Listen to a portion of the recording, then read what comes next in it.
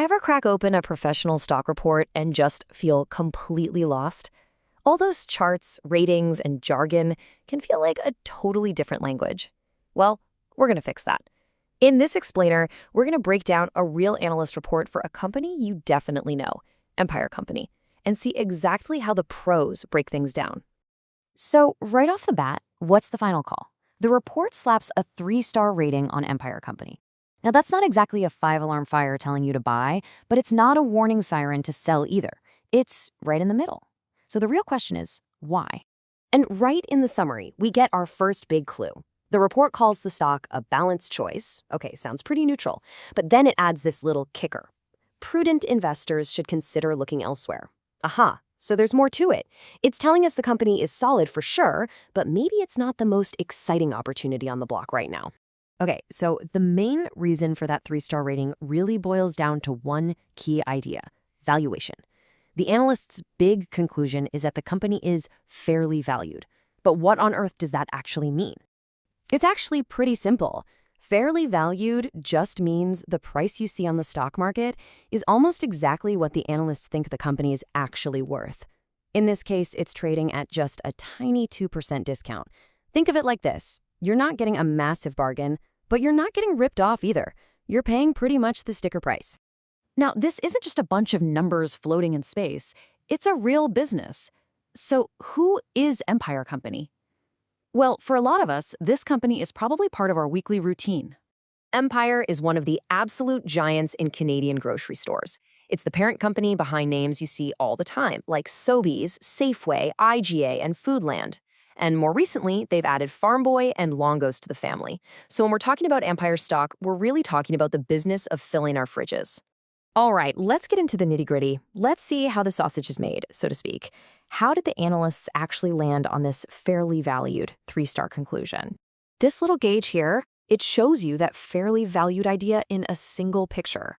That black number is the last stock price. And look how it's sitting right on the line between undervalued and overvalued. The analyst's fair value estimate is $49.44, and the stock is at $48.38. I mean, you can't get much closer than that. And this isn't some brand new thing. If you look at this chart, you can see it's a pattern. That black line, the stock price, has been hugging that fair value line for years. It tells you that for a long time now, the market has had a pretty good sense of what Empire is worth. But hold on, fairly valued doesn't mean it's a boring company. The report shines a big spotlight on a major strength, something that makes the business look really attractive. It's a cash-generating machine. Specifically, they point to this number, a free cash flow yield of 9.2%. Now, that might just sound like a random percentage, but to put it in perspective, that is an impressive figure. It actually puts Empire in the top 20% of all companies globally on this metric. It's a huge sign that the business is running really well.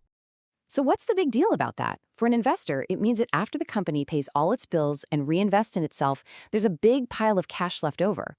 And what can they do with that cash? They can give it back to shareholders, either by paying out dividends or by buying back their own stock, which can help push the price up. So you see this tension starting to form, right? On the one hand, you have this fantastic profitability and all this cash pouring in.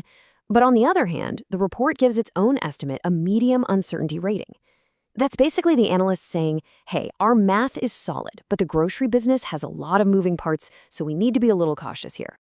Okay, let's talk about another critical piece of the puzzle in any stock report, the company's economic moat. This is all about how well a company can defend itself.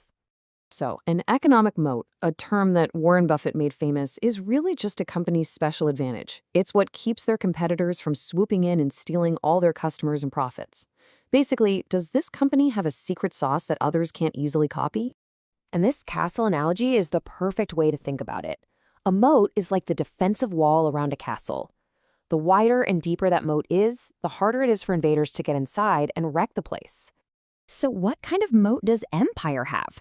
The report says it has a narrow moat. This means it definitely has some advantages that can keep competitors at bay, but they're not impossible to overcome. It's not like they have a giant, unbreachable fortress. And a narrow moat tells us a few important things. For one, analysts are pretty confident that Empire can stay profitable for at least the next 10 years. That points to a stable business that isn't about to get crushed by competition, and its financial health is solid. It's in a good, defensible spot. Okay, so we've got all the ingredients now: the valuation, the business itself, that great cash flow, and its competitive moat. Let's put it all together and see how it bakes out into that final 3-star rating.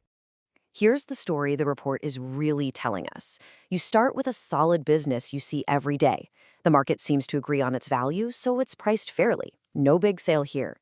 It's got a decent, narrow moat for protection, and that strong cash flow is a huge plus. But that medium uncertainty is like a little yellow flag, just reminding everyone to be cautious. It's the very definition of a balanced choice. So we've taken all that financial jargon and turned it into a clear story. Because that's what a good report does. It doesn't just give you a number, it tells a story based on evidence. So now that you know how to read that story, what does this tale of value, moats, and uncertainty tell you about how to look at any company?